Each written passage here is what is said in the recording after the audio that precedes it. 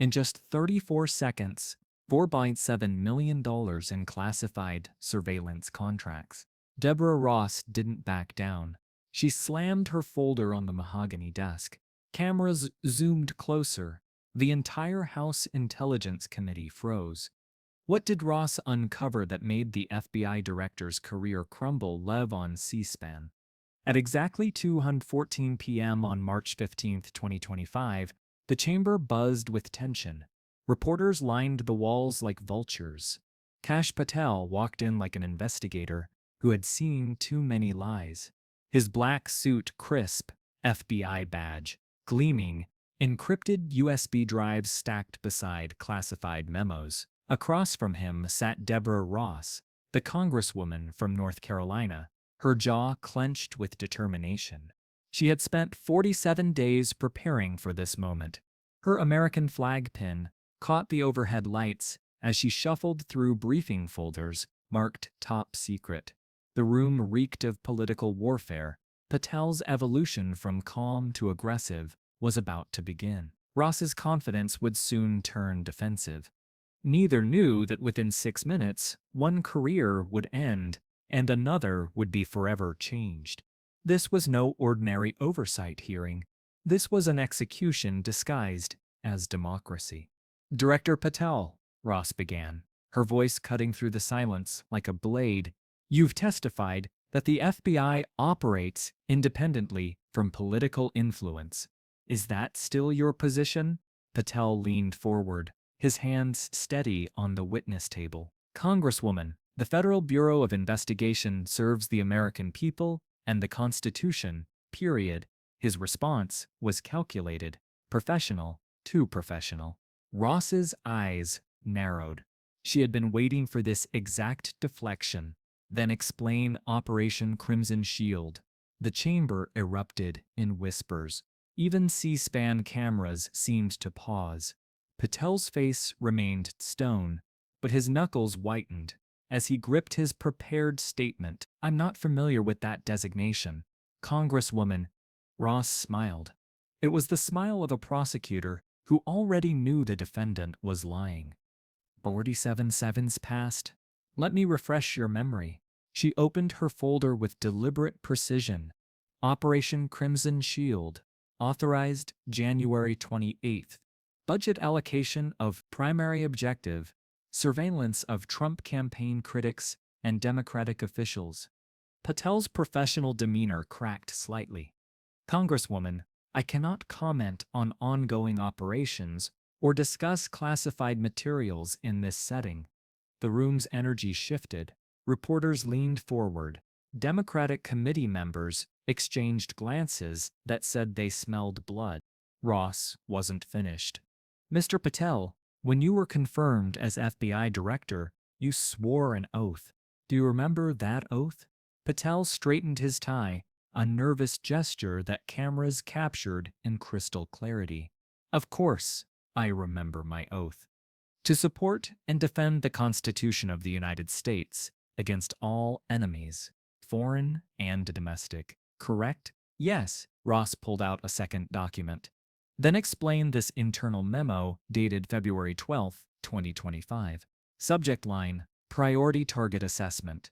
Signed by you. She held up the paper so cameras could see the FBI letterhead. This memo specifically identifies 12 Democratic senators for enhanced surveillance protocols. It authorizes wiretapping, financial monitoring, and what's described as digital penetration of personal communications. The chamber erupted. Committee Chairman Mike Turner banged his gavel 3 times. Order, order in the committee. But order was the last thing anyone wanted. This was political theater at its finest, and everyone knew it. Patel's calm mask finally slipped. Congresswoman, that document is classified. Its contents cannot be discussed in this forum. Ross leaned into her microphone. Oh, but they can, Director, because this document was leaked to my office by an FBI whistleblower who believes you've weaponized the Bureau against American citizens. Within 3 minutes, Twitter exploded. Patelade began trending. Fox News cut to breaking news coverage. CNN interrupted their afternoon programming with explosive FBI testimony. The hashtag Crimson Shield scandal gained 12,000 retweets in the first hour. Back in the chamber, Patel was visibly sweating despite the air conditioning. His shirt collar darkened with perspiration. Congresswoman Ross, I want to be clear, any suggestion that the FBI has been weaponized for political purposes is categorically false. Ross wasn't buying it. Director, yes or no question. Did you personally authorize surveillance of Senator Elizabeth Warren's office?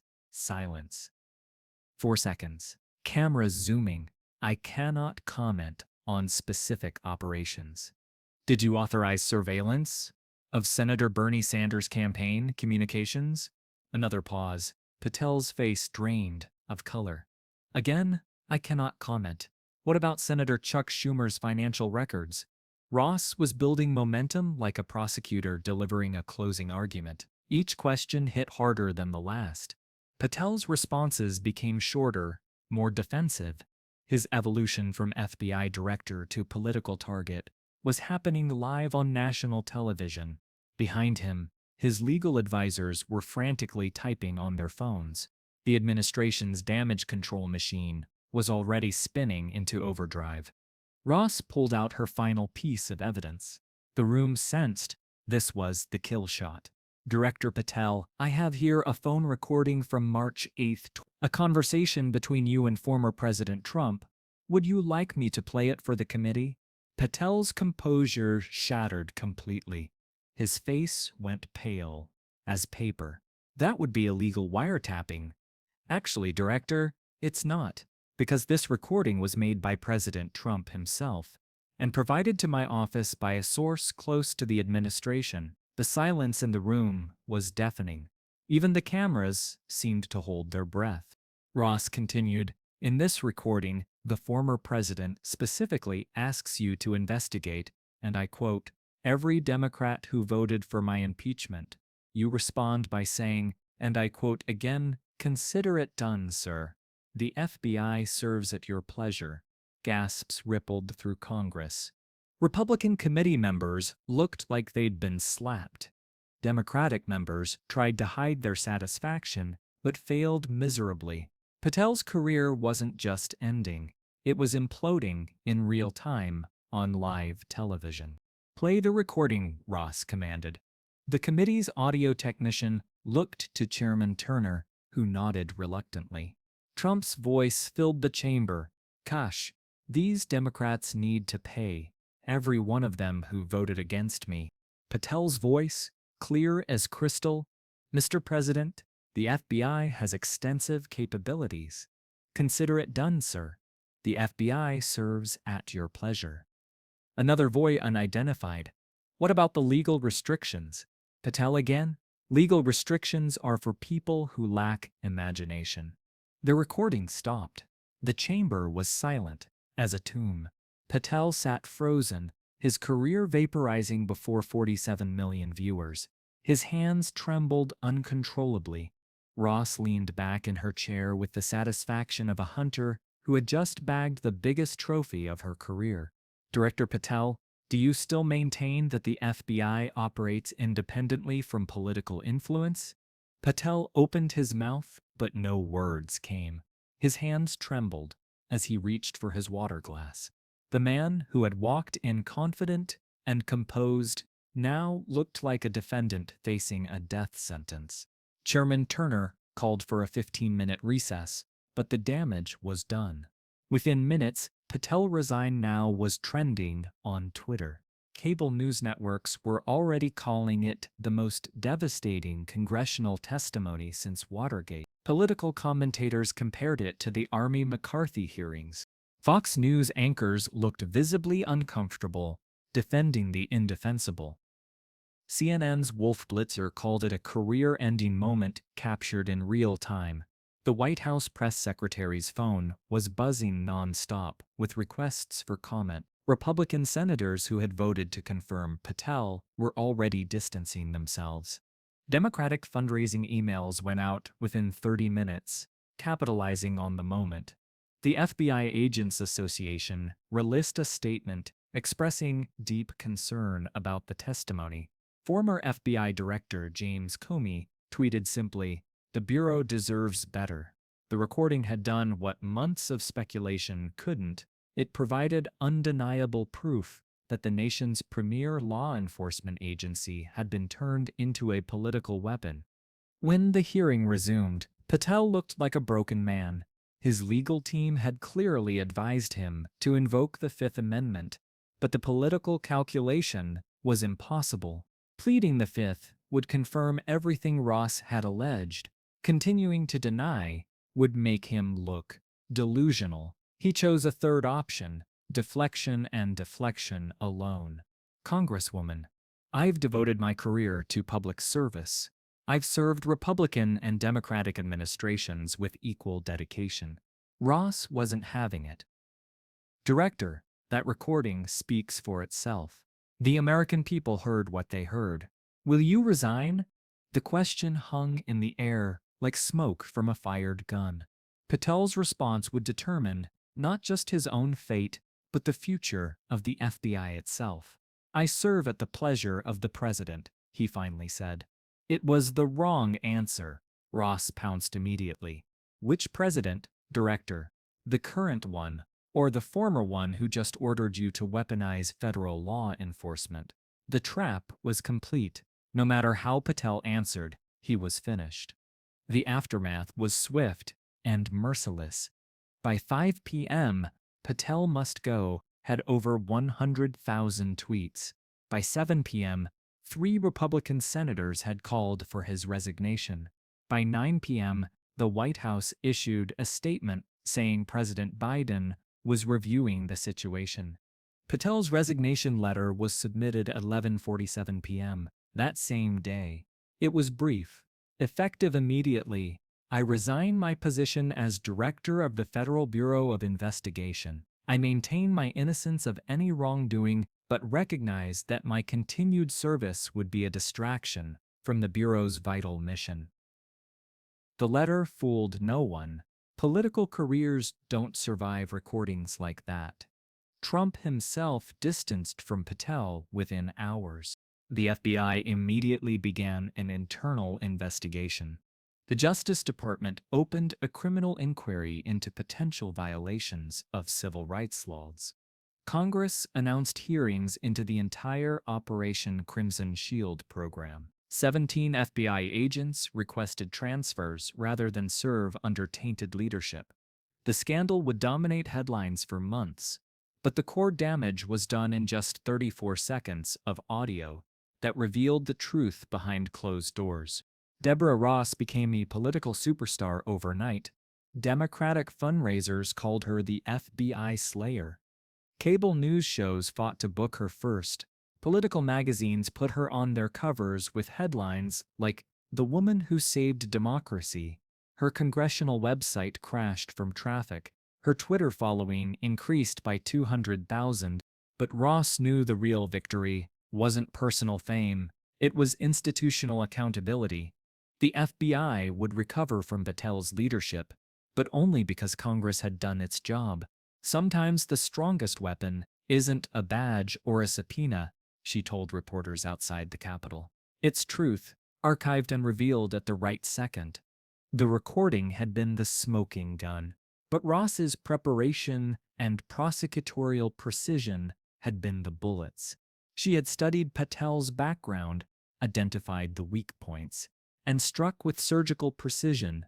What happens when a leader who built power on secrecy is undone by evidence? They discover that in America, even the most powerful institutions must answer to the people's representatives. The Kash Patel era at the FBI lasted exactly 23 days. His confirmation had been controversial from the start, with critics arguing he lacked the independence necessary for the role. The Ross hearing proved them right in the most spectacular way possible. If patriotism can't survive transparency, was it ever real? The question would haunt Patel's legacy forever. But for Deborah Ross, it was validation of a simple principle. In a democracy, no one is above accountability. no matter how powerful their badge or how classified their operations. The truth, as she learned that day, has a way of surfacing at exactly the right moment. The investigation that followed revealed even more shocking details. Operation Crimson Shield had cost taxpayers $4.7 million and involved surveillance of 127 American citizens, including journalists, activists, and political opponents. FBI agents came forward with stories of being ordered to compile dirt files on sitting senators. One whistleblower revealed that Patel had maintained a personal hit list of Trump critics stored on an encrypted server in his office. The scope of the surveillance program was breathtaking in its audacity and terrifying in its implications for American democracy.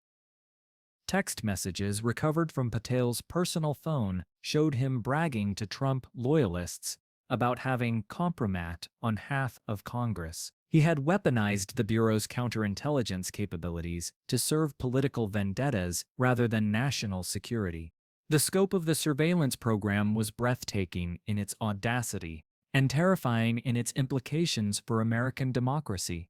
Within weeks, Congress passed the FBI Independence Act, requiring Senate confirmation for all senior FBI appointments and creating an independent inspector general with subpoena power.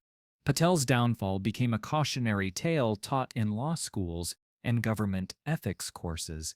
His name became synonymous with the abuse of power and the importance of congressional oversight. The recording that destroyed his career was eventually displayed in the National Archives as a reminder of how close America came to losing its way. Deborah Ross was re-elected by the largest margin in North Carolina history. Her campaign slogan, simple but effective, "Truth matters." Years later, when asked about that pivotal moment, she would say the same thing. Democracy only works when someone is willing to ask the hard questions and demand real answers. If this story shattered illusions, don't just watch. Like, share, and subscribe to Truth Archive, where titles gets broken and lies get time-stamped. Hit the bell, the next truth might be about your president. What would you do if you had evidence this explosive? Drop a comment below. This dramatized story is inspired by real events and public figures. All dialogue and incidents are fictionalized for commentary and educational purposes. This is not intended to defame, but to explore themes of power, truth, and accountability.